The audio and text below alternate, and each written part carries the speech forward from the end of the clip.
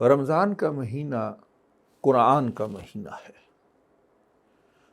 پورا سال تو مسلمان قرآن کے ساتھ جڑا ہی رہنا چاہیے، لیکن خاص طور پہ رمضان کے مہینے میں جب وہ پورے فوکس، پوری توجہ کے ساتھ اللہ تعالیٰ کے پیغام کو پڑھنے کی، اس کو تلاوت کی، سمجھنے کی کوشش کرتا ہے اور اس پہ عمل پیرا ہونے کی محنت کرتا ہے، تو ایک ایسی محنت ہوتی ہے جو پورا سال پاکی زندگی کام آتی۔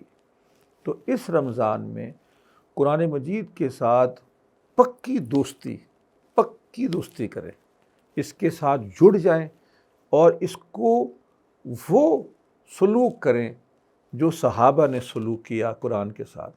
آپ کو پتہ ہے کہ صحابہ نے قرآن کے ساتھ کیا سلوک کیا، ان کا قرآن کے ساتھ کیا رشتہ تھا؟ جیسے ہمارا اب موبائل کے ساتھ ہے۔ جیسے کچھ لوگ منٹ موبائل کو دیکھے نا تو ان کو سکون نہیں آتا، جو دن میں ایک اچھا وقت نہ گزارے اپنے موبائل کے ساتھ، اپنی اسکرین کے ساتھ، تو ان کو تسلی نہیں ہوتی۔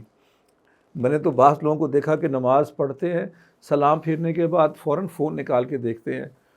تو یہ تو قرآن کے ساتھ تعلق ہونا چاہیے تھا۔ اللہ تعالی ہمارا تعلق قرآن کے ساتھ اس سے بھی اچھا بنا دے، ہمیں اس کو پڑھنے، سمجھنے اور عمل کرنے کی توفیق نصیب فرمائے۔